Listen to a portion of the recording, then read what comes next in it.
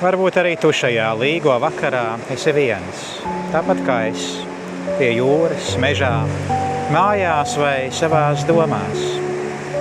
Taču vientulība nevienmēr nozīmē pamestību. Dažreiz tieši klusumā mēs vislabāk sadzirdam savu sirdi un Dieva balsi. Raugoties uz jūru, tā atgādina, ka viļņi nepārstāja nākt un aiziet.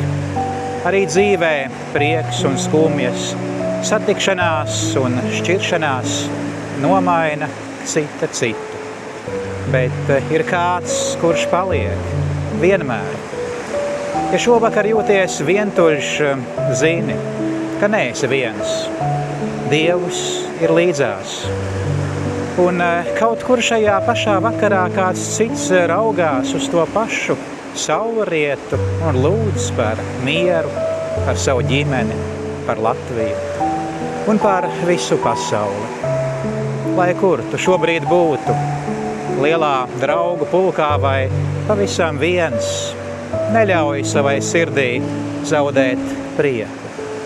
Dzīve ir skaista ne tāpēc, ka tajā nav grūtību, bet tāpēc, ka mīlestība vienmēr ir stiprāka par tām. Līgo vakars nav tikai ugunskuri un dziesmas. Tas ir arī pateicības vakars par zemi, kurā dzīvojam, par cilvēkiem, kurus mīlam, un par cerību, kas neizdziest pat visstumšākajā naktī. Un lai rītdienas saulēkts atgādina, visskaistākās dienas vēl ir priekšā. Priecīgus, līgo un svētā Jāņa Kristītāja svētkus!